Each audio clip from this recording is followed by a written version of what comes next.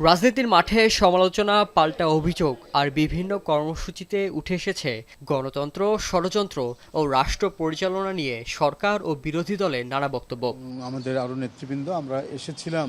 বিরোধী দল সমালোচনা করবে, এটাই গণতন্ত্রের সৌন্দর্য বলে মন্তব্য করেছেন বিএনপির সিনিয়র যুগ্ম মহাসচিব রুহুল কবির রিজভী। শুক্রবার দুপুরে রাজধানীর কৃষিবিদ ইনস্টিটিউট পরিদর্শন শেষে তিনি বলেন, সমালোচনা অবশ্যই গঠনমূলক হতে হবে, তবে উদ্দেশ্য প্রণোদিতভাবে সরকারকে বিপদে ফেলতে সমালোচনা করা হলে তা ষড়যন্ত্র হিসেবে বিবেচিত হবে।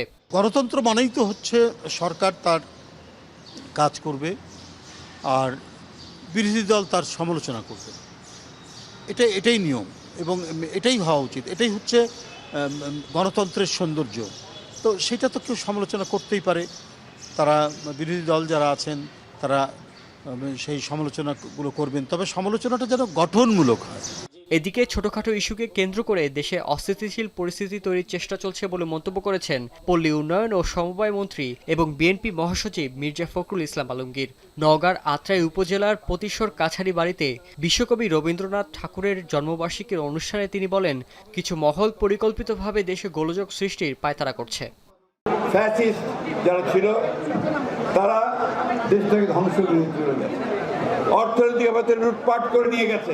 অনেকে চেষ্টা করছে যে আবার দেশে কিছু কোনো ছোটখাটো ইস্যু নিয়ে বা অন্য কোনো ইস্যু নিয়ে একটা আপনার কিছুটা বলা যেতে পারে গোলযোগ সৃষ্টি করতে। আমরা কেউ চাই না দেশে আর গোলযোগ হোক। অন্যদিকে জামাতে ইসলামী সেক্রেটারি জেনারেল মিয়া গোলাম পারওয়ার অভিযোগ করেছেন, নতুন সরকারও পুরনো ধারায় চলছে। রাজধানীর ডিপ্লোমা ইঞ্জিনিয়ার্স ইনস্টিটিউটে বাংলাদেশ রেলওয়ে এমপ্লয়িজ লীগের কেন্দ্রীয় দ্বিবার্ষিক সম্মেলনে তিনি কথা বলেন। যারা যখন ক্ষমতায় যায় সেই দলের প্রধানমন্ত্রী বড় বড় মন্ত্রীদের বাড়ি যে এলাকায় হয় সেইখানে বড় বড় ব্রিজ, বিভাগ, এটা সেটা সেতু হয়। উন্নয়নের ক্ষেত্রে সমতা রক্ষা করছেন না, বৈষম্যহীনতার জন্য সংগ্রাম করলাম, আপনারা এখন সেই বৈষম্যপূর্ণ সমাজ গঠন করার চেষ্টা করছেন।